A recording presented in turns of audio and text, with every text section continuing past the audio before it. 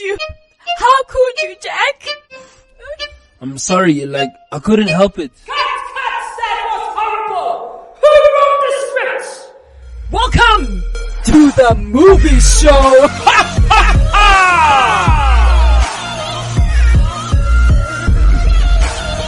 Active FM. What's up? Hello. Welcome to another really awesome but disgusting.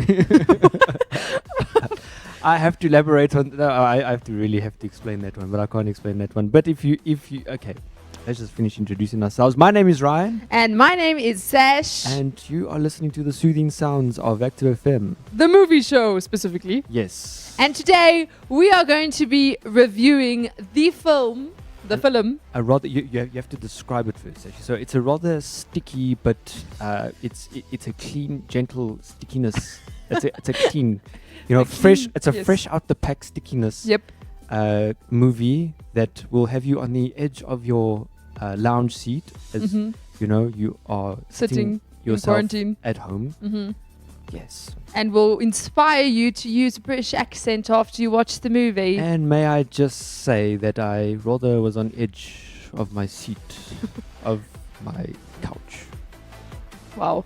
It is The Gentleman. Yes. Okay. So the movie is called The Gentleman. And of course, if you've watched, you've obviously seen the title. You've Yes. clicked on it. So, congratulations. Yes. Round of Congratulations. applause. Yes. And this is a 2020 film. So it is quite a recent film. And okay. Before we even say anything about the film, the one bad thing about this movie is the swearing is horrible. It's like on a whole level. Like everyone swears every few lines. You're just like, oh. The whole film is set. It's about weed being sold in the UK and the whole under black markets of weed being sold, and Yep.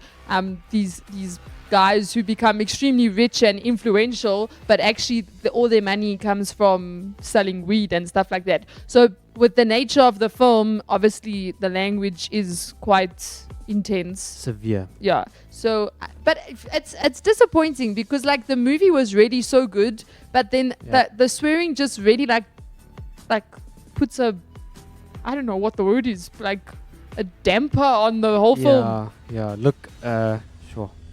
Yeah, I don't even think this movie will make it on Netflix. That's how bad it is with the swearing. Do they have a... Okay, no, wait. Are you being sarcastic? It's bad. But Netflix has swearing Yeah, and no, bad but swearing. Okay.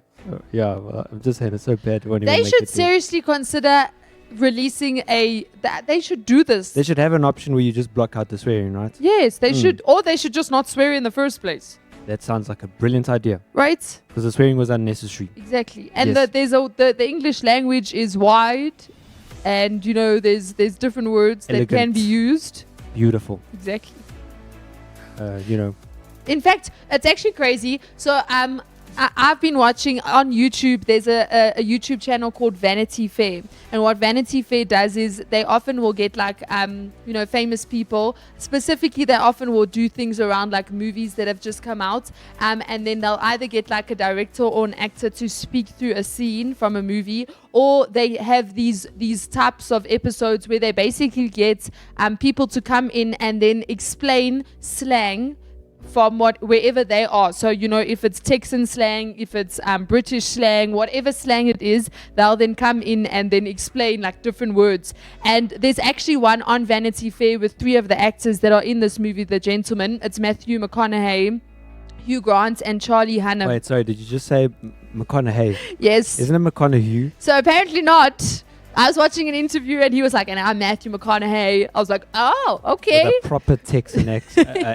If you've ever heard, wait, what's his name again? The name has just completely went out my mind. Who? That guy, McConaughey, who's it? Matthew. Matthew McConaughey is quite a good, I enjoy his acting. Yes, he's a very good actor. Yeah. He So is the a minute I very saw him, good I was like, whoa, he's got this, what do you call it? Not a lisp. Twang.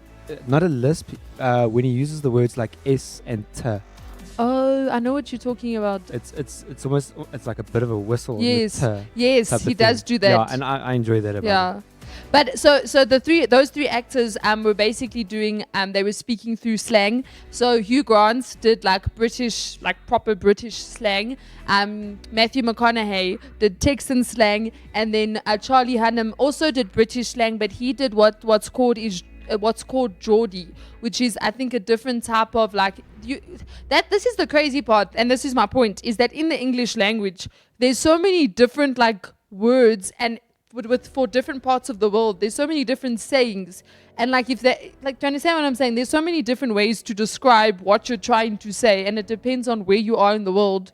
You can say it completely different, and people will be like, what are you talking about? Because they just don't know that slang. Yes. So for me, it's unnecessary. Like the English language is so broad.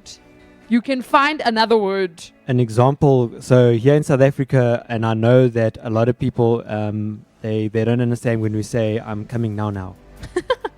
Now maybe you've just heard me say that, and you're like, "What? No, dude, that doesn't make sense." But for us, we're like, "I'm coming now," and that doesn't mean I'm coming now. It actually means I'm coming just now. Yeah, but then Yes. just now and now are different. Yep. And now they're all different. It's not quicker than now No. because it's double now. It's now, actually now, longer as than in now. I'm coming now. Yeah, now. Yeah. So yeah, that was the only thing for with the movie. Yeah, there was the swearing was completely unnecessary. And I would have, if this movie didn't have the swearing, I would have been like, it's brilliant. But yeah, it's that. What I liked about the film was the way that it's done. That's what I actually liked about the film. It's a different. It's not your Yeah. usual. Let's just make a film and tell a story. So let's say that they did not do it. Okay, so obviously we're talking on this film as if someone who might have watched it, but there are people out.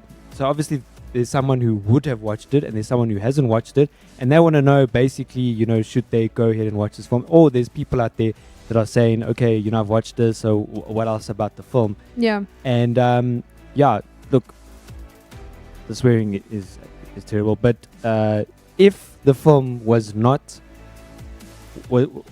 from that point of view, so I'm going to try and do this without spoiling, right? So if it was not told in the format that it was, and it just from the beginning the story started, okay, do you think it would have just been another story? Yeah, right? it would have just been like every other film out there. Yeah. No, the way they did. It was the way they told the story. And we've said this on the movie show, story is everything. Like, you can have the best VFX artist, you can have the best lighting, you can have the best actor, but if the storyline sucks, because think about it, when people walk out of a cinema, they don't go, oh, did you see that lighting? And oh, did you see the angle? That's not what the usual person does. Yeah. Filmmakers, yeah, sure, they have the eye for looking out for those things. But the normal person that you're actually trying to get your movie out to will walk out going, the storyline was so flat, or I hated the ending, or it was slow, or the acting. Why? That was a terrible movie. Exactly. Yeah. Why was it a terrible movie? Because that and it's always related to storyline. I've actually got a new saying, and I don't know why it came out of this movie, but your movie is as good as your ending. Yeah. No, really. So yeah. In fact, I've used the what is the word? The analogy. Thank you. I wasn't sure that was the correct word or if it was slang, but of food. So yes. When you finished a meal, whether it's a lot or little, how do you feel at the end of that meal? Do you just feel full or do you feel satisfied? Haha. Exactly. Yeah. So, but the way they told the story was brilliant. So if you look Yes. at box office and budgets, the budget for the film is $22 million US dollars. The box office is $115 million US dollars. So they did very, very well. So the budget was 22 million. And They made 115 sure. million. 2, 4, 6, 8. They more than quadrupled there. Right. So this was a very good movie. So obviously they did exceptionally very well at Yeah. the box office. Yes, they did. And in the movie, they actually have very well-known actors. So the cast has Matthew McConaughey, Hugh Grant, Hey? Hugh Grant, Charlie Hunnam. There's other Colin Farrell. It had Colin Farrell in it. Who's Colin Farrell? Because we spoke about him in our previous movie, didn't we? I recognize the surname. Previous movie, No, as in did we, or was I thinking of another conversation? Who's Colin? Sorry, who's Colin Who is Colin Farrell? Colin Farrell The is name- an Irish The name actor. has come up before, and I remember asking the question. So if you don't know who Colin Farrell is, we are jumping on Google right now. So, We Colin have Farrell. Just Googled. There he is. Yes, he was in Dumbo. That's where you know him from. Dumbo. Do you remember? He was also in Fantastic Beasts. Oh, there's another guy. The Total Recall. That was one of the first times I really saw Colin Farrell. Was in the 2012 version of Total Recall. I remember that. That's what made him stick in my mind. I was like, oh, this guy from Total Recall. He was even in Minority Reports. Okay, so Colin, yes, he was that police, that reporter, whatever. Yes. So, okay, blind me. Who was Colin Farrell in this movie? He was what was his name again? He was the flip it, man. I forgot the name now. I've just asked the question that has just thrown everything. Wait, I'll tell you now. off. He was the. Damn it! He was the You damn it. suck, Ryan. Oh, damn He it. was, you know, the guy that owned the gym, and then he was in charge of. That's Colin Farrell. But I'm trying to serious? find what his character's He name had was. he had to basically offer his services. You know, that Yes. just worked out well. So, wow. Look, I think he was called the trainer I can't remember. or but coach. His name was Coach, it makes wasn't it? so much sense now. Yes. Yes. Okay, So- that's brilliant. so- Cool. Yeah, those are the actors, and I mean, it's the cast is a very good cast. You know what I enjoyed was the fact that, like you said, there were well-known actors Yeah. in this film. But for me, I think the guy that I only recognized was his name is Matthew Yes, McConaughey. Matthew McConaughey. Ryan did He was not the only know. guy. Everyone else now. Sorry, like this has been mentioned, and I'm like, what? I did not even know. Right. I'm stumped. I mean, who does like what? So let me. Literally. Ryan is really shocked. So before the show, we were just comparing notes, and I mentioned that Hugh Grant is in the film, and Ryan was Yeah. like, "What? What do you mean Hugh Grant is in the film?" I was like, "Hugh Grant is in the film." He's I'm like, like- "Where was he?" And then I'm like, "It's that guy." He's like, "Oh no!" I'm like, sorry, what? Yeah, Ryan didn't pick up that was Hugh Grant, which actually shows what a good actor he is. Well, the way that he looked, Yes. and also I'm not used to him looking like that.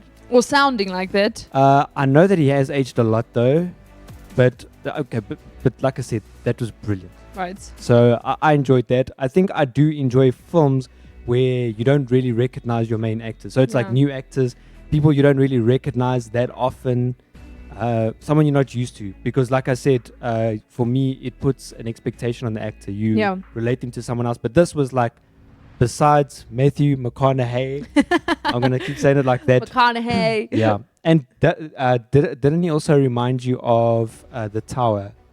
His character. Oh yeah, he was in the tower. Because that hey. was also quite a dark character. But I enjoyed him more in this movie. In the tower, in the dark, wasn't it the dark tower? What was it called?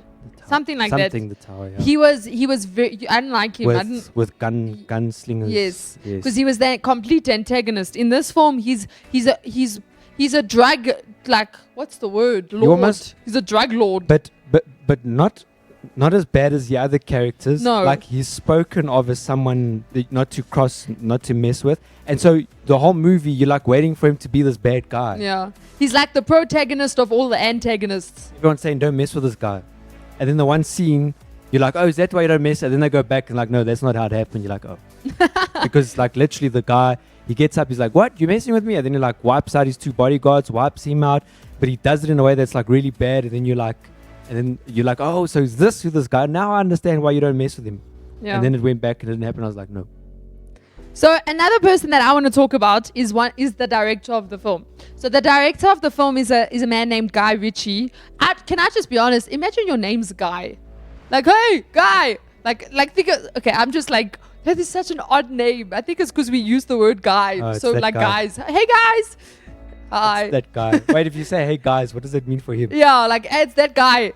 As in you'd like calling. Okay, anyway. So he's the director of this film, and honestly, he's a very good director. Other films that he's directed are Sherlock Holmes. He directed both Sherlock Right. Holmes. He directed King Arthur, Legend of the Sword, which I actually haven't watched, but I think I might be interested in watching it just because he Right. directed it. He also directed Aladdin. He was the director of Aladdin. And then he, long time ago in 1998, he directed a film called Lock, Stock and Two Smoking Barrels. So he's the director. That sounds like a film that's probably, I haven't watched it, but just from the sound, don't you find it weird that, Aladdin to the Yeah, Gentleman? yes. Okay, And Sherlock Holmes. You know, no, Sherlock Holmes, but it's I loved a the lot Sherlock closer. Holmes movies. Yes, it was I brilliant, loved yeah. them. Yeah. And then, because what happened with me was that the film started, and then I think I might have seen I didn't see the director's name. I was like, wait a minute, hang on, let me just find out who directed this. And then when I saw it was this guy and Aladdin and all that, I was like, okay, this is quite odd. Yeah. Yeah. But the funny part, so I was watching interviews with the director and with some of the actors, and the craziest thing what they were saying was apparently Guy Ritchie loves clothing. Like he doesn't say fashion. Like if you say fashion for him, it's not fashion, it's clothing. And honestly, after hearing them say that, I realized that the clothes in this movie were to the T. Sherlock Holmes was also quite similar. They were perfect. Like if you look at how each character was dressed, they were perfect. And apparently Guy Ritchie's the type of guy who will change his outfit in the middle of the day, not because he got hot or got cold, or because it's now time to change his outfit, and he'll now change his outfit. And but apparently like all the actors were raving about his clothing, and they were all saying how important like dressing up their characters was. In fact, Charlie Hunnam and Guy Ritchie actually went shopping. Guy Ritchie took him shopping just so that he could get like the feeling for his character. So I think for someone like Guy Ritchie, to get his actors into their character, like fashion choices is a huge part for him. And so much so that at one point there was scenes in one of the scenes that he really loved so much that he refilmed it to get the shoes in. So he literally was like, guys, we're doing this again because I want to get the shoes in the shot. I would actually like to know what shot that was. Right. It was with so here's some facts from the wardrobe department. So literally, like, this guy was so on point. Even the glasses. The glasses were The glasses mattered, eh? Yeah, they were. There were two guys in there that I remember seeing with glasses on, and I was still like, this is so weird. These guys could kill someone like just at the flick of anything. You know what I'm saying? And yeah, they're wearing glasses. Yes. They're so smartly dressed and all of that. So, first of all, Colin Farrell's glasses were vintage and were sourced from a private eyewear company. And then Farrell and the toddlers wore custom tracksuits. They did. They all wore custom tracksuits. Their tracksuits were, yes. Hugh Grant's glasses were Ray-Bans, and the costume department replaced the frames and lenses to red tinted ones in order to give his character a sinister feel. According to Hugh Grant, dark red therefore became a signature of the character, leading to his oxblood coat and overall color scheme. So look, this is how much detail. So when we talk about clothing, we're not just looking at the item, we're looking at how the colors actually match with the characters and how it almost gives it a profile. Mm-hmm. Yeah. Then Guy Ritchie loved Henry Golding's Louis Vuitton shoes so much that he redirected the scene photography to showcase them in the frame. All of Charlie Hunnam's shoes were custom for the film. According to Colin Farrell, the reason why Coach and the toddlers dressed similarly is because Coach wanted to give the boys, mostly wayward misfits, a sense of uniformity. Yep. So literally he went into so much detail. And Michelle Dockery, who played Matthew McConaughey's wife in the film, she even said that the heels that he put her in, like he even showed her how to like walk in them, like that. It was like, but like to him, clothing is so important. You see, it seems like he matches the clothing to the character. Yes. So he has a feel for the character, and then it's like, this is how I picture them dressing. Yeah. But the crazy part is Charlie Hunnam's character. He had glasses, but the glasses were only put on his character, 30 seconds before the first scene that he shot.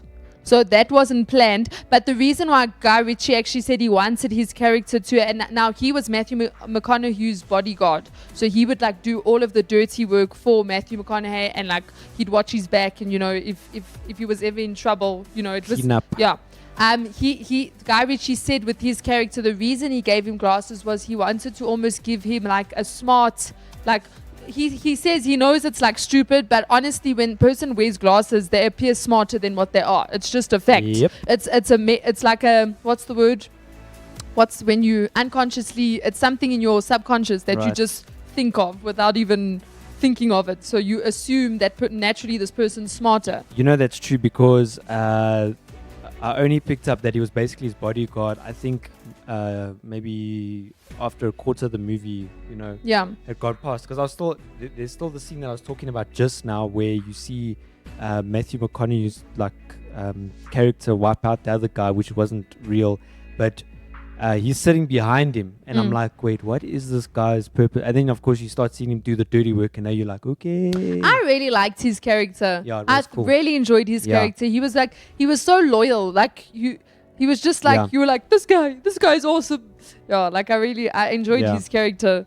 And then I was watching on Vanity Fair. They had Guy Ritchie, Matthew McConaughey, Michelle Dockery, and Charlie Hunnam. So they were speaking through one of the scenes. And in this whole show, Guy Ritchie first of all said that he's attracted to women who are attracted to cars because he's not attracted to cars. So that's one of the reasons why, if you know in the movie, Matthew McConaughey's wife, who's played by Michelle Dockery. Matthew McConaughey. I also said you just now, so I was like, she actually owned a garage basically where they Yeah. fixed cars, which was quite weird. Like you don't normally see that, but it was quite. What they said was they wanted to give her. She wasn't just the wife of like a gangster. She was actually self-made, and she knew the importance Yes. of business, and Yeah. she could do business. And she was good. yeah, she was very good. They called her what? The Cleopatra of I wasn't paying attention. something, but yeah, it was quite funny. So he first of all he said that, and then also another scene. So there's one scene where a guy falls out a window. So there's a fight that happens, and he ends up getting pushed out of a window and then hits the ground. Now what they were talking about was that was actually done by a stuntman.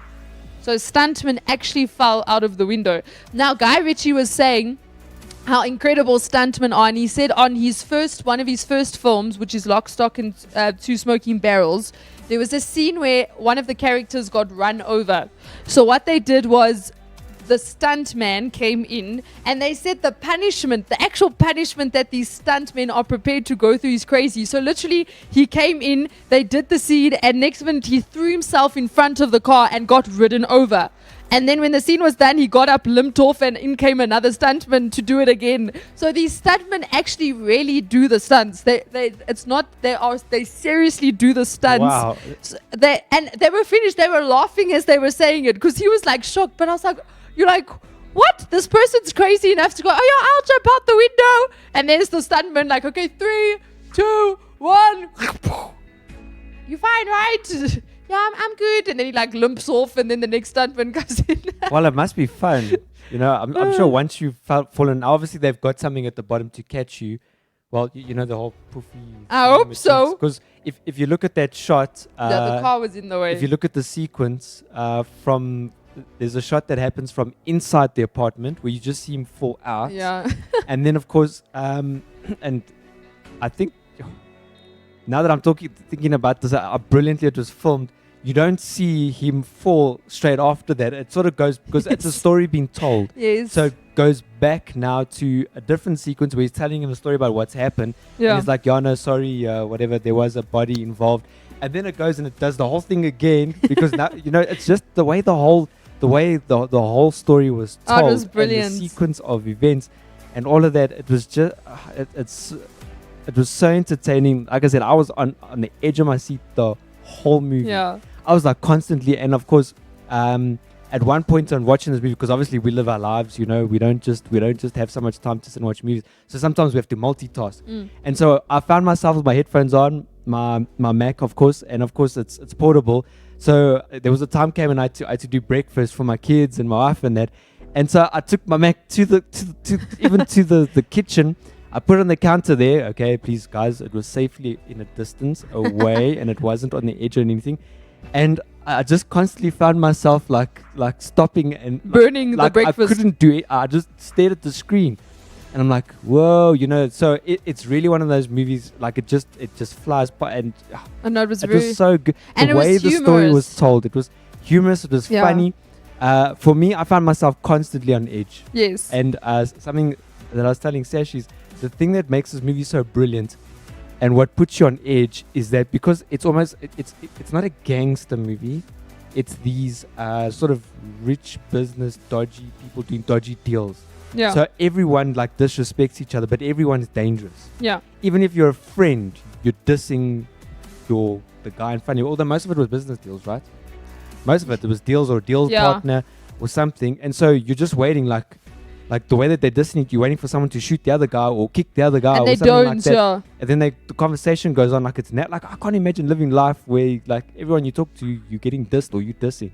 Right. Yeah. That was crazy. Just some interesting facts from filming. So Hugh Grant revealed on the Graham Norton show that he had not met Matthew McConaughey during the shoots of The Gentleman.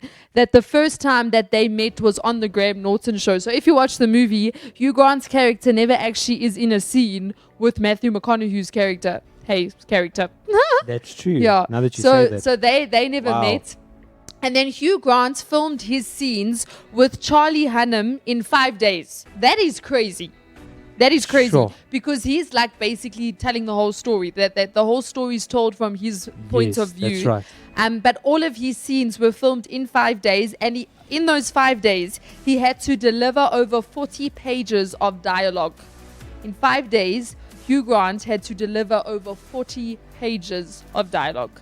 And you said something about how Hugh Grant feels about acting or something like that. So they were saying Hugh Grant apparently, if you talk to him, he's just got like this. I don't know if it's like a sarcastic way, but you'll ask him how he's doing, and then you'll be like, oh no, it's horrible. And then you'll ask him 20 seconds later, you're like, how are you doing? I'm like, he'll say, oh no, even worse now. And Matthew McConaughey was actually saying like, you'd like, but what happened in the last 20 seconds? And then he answers and says, oh, if you only knew. Like that's his type of answer. But apparently also when he talks about acting, he's like, acting is horrible. It's torturous for the person who's doing it. But obviously now Hugh Grant's got such a proper British accent, and the way that he speaks is just so like poetic. But he apparently says acting is one of the most boring or most torturous and annoying things on the planet, but he's such a good actor. That's the crazy part. Like that was funny. And then also shame during filming. So what Hugh Grant actually did was he wrote a cheat sheet for him just to make the monologue easy, because obviously he had like very heavy monologue shoots. But what happened to him was the night before he was scheduled to shoot, his car was broken into and the robber took his script and the cheat sheets. So he had to go on without them. What is a cheat sheet?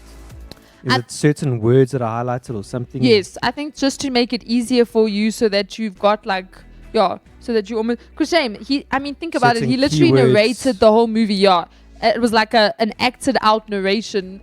He had very heavy monologue scenes. The other crazy monologue sequences was, so Guy Ritchie, what he did with Michelle Dockery. So she also had like quite a few monologues as she played Matthew McConaughey's wife. But apparently many of her monologues were written or rewritten on the day of shooting.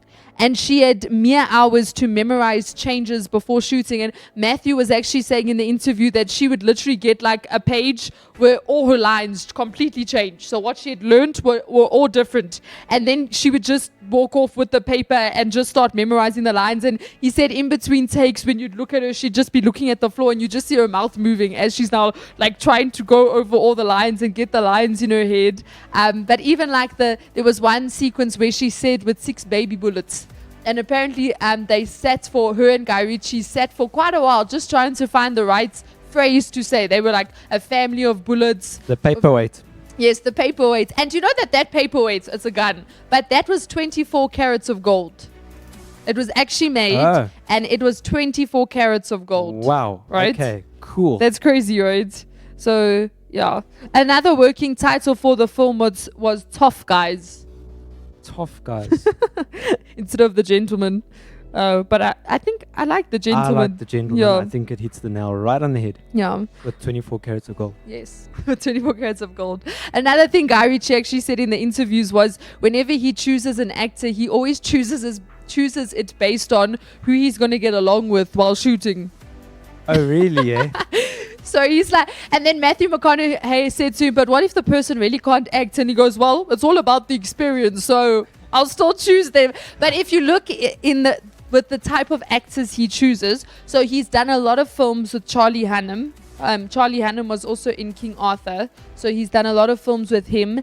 I think he's also done a lot of films with Colin Farrell, if I stand to be corrected, but also, so I think the actors he chooses, it's not really based on like a talent, it's more based, but I mean, he chose very talented actors. It's not like the actors he chose weren't talented, but he chose like, I think a cast. I think for him, he enjoys filming and he wants the most pleasant filming experience. Well, if you're going to do it, you might as well enjoy it, eh? Yeah, so that's his look. Do you think that's why other directors do? Because you do get directors who stick with same act while not familiar with certain actors, certain production. So they usually use like the same, even the same crew, like sometimes the same cinematographer or the same, team and stuff like that. And maybe that's why they like using some of the same actors, because of the pleasant feel. I don't know. Maybe they think they can act or something like that. But for me, like Hugh Grant was someone that was a complete surprise to me, because I wasn't like, even now when I look at him in the movie, I'm like, that's not Hugh Grant. That is not Hugh Grant. Like, it's so weird. No, he was very good. But it was brilliant. He was. And a last interesting fact, the girl in the movie, so Raymond's girl, that was the character's name. Fancy Barber. Yes. He, which features heavily in the movie, the grill was actually designed by Guy Ritchie. So the director of the movie designed the grill. Right. I'm sure it was a good clothing essential item. It's a leg warmers as well. Yes. It was very funny. It was very humorous. And just the way they told the story was completely brilliant. Some scenes that were back and forth, and the way it was very insane. So we would say, for those who have watched it, you've gained some extra knowledge upon this movie. For those who haven't watched it, it's good to watch. Maybe you want to watch it on mute. Or wait for it to come out on a platform that will block all the swearing. Or, hey, I've got an app idea, but I'm not going to share it with you guys.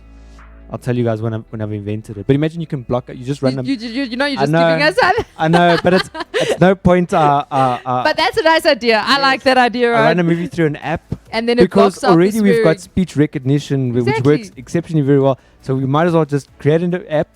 Run the movie through it. You can even customize what plays over the swear word. You can choose. Mary Had a Little Lamb, the tune, the beginning part, the first notes, I don't know. Tweet or silence.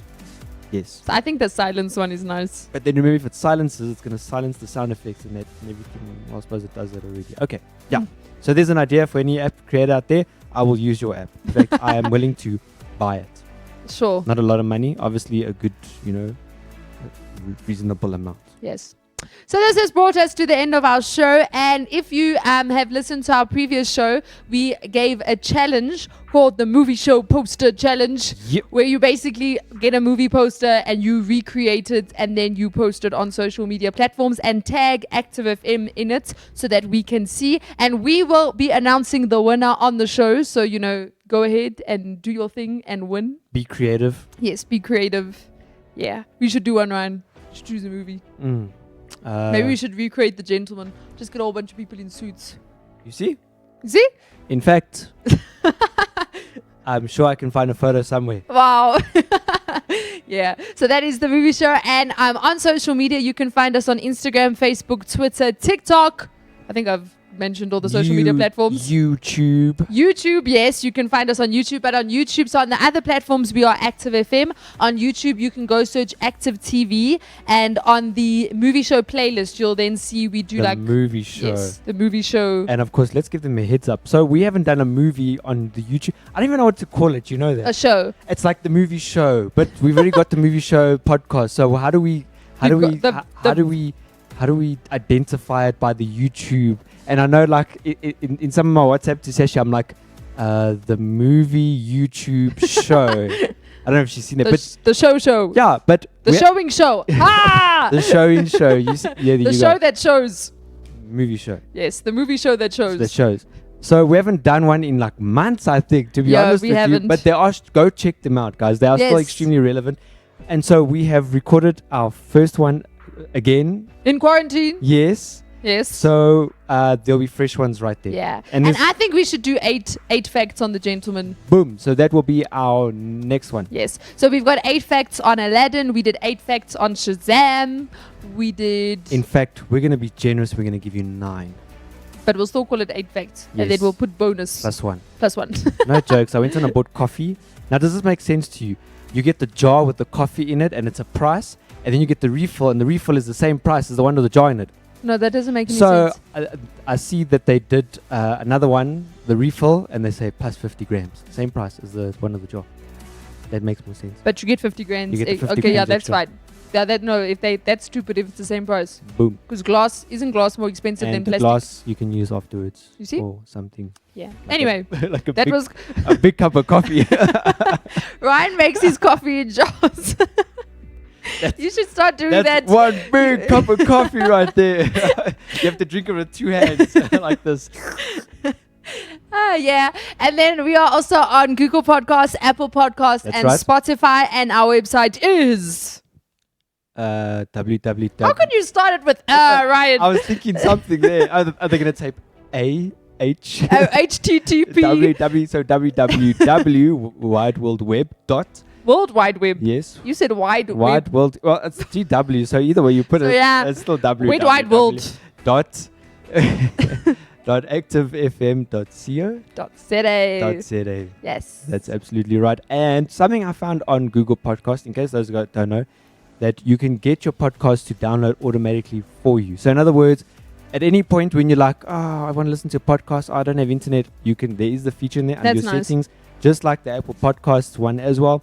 And then you can listen to it whenever you have the time or ear space, or if people in your house are, you just want to get away, just earphones, clink, Yep. listen to the movie show, boom, Yeah. and check out the other ones on Active FM Yeah. as well. They There's are all there. awesome There are so shows. many, Yeah. and there are new ones as well. Mhm. Guys, okay, everyone's grabbing their phones now and checking out the new. Yeah, go check out the new ones right now. Right. Go. I was listening to a show about all things girls, and the topic was what? Beauty or brains? Okay. that's. I'm sure you enjoyed that. Well, I was like, okay, this is interesting, man. It's your brains. Wow. Yeah. So yeah. So there it is. So go check it out, guys. Yeah. This is the movie show. And we're free. That's the cool part. That's the cool part. You know, don't you pay just for our messed up the podcast. outro, I know, right? I'm sorry. Okay, hang on. Let's just wind it up again. Okay, go. Are we doing this is free or this is the movie show? Now we've already done the free part. Let's Okay. go. Okay, 3, 2, 1, action. This is the movie show. On Active FM. I'm Sash. And I'm Ryan. And we are signing out. See you later. Peace. Cheers.